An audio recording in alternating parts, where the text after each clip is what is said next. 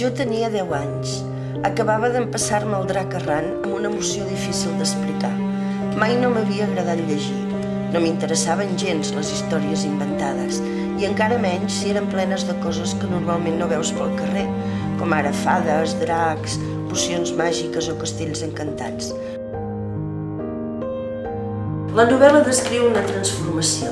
La transformació d'una nena que quan és petita no li agrada gens llegir, però gens, i en canvi coneix una escriptora, comença a llegir els llibres d'aquesta escriptora i es transforma, fins al punt que diu que llegir l'acosta a la felicitat.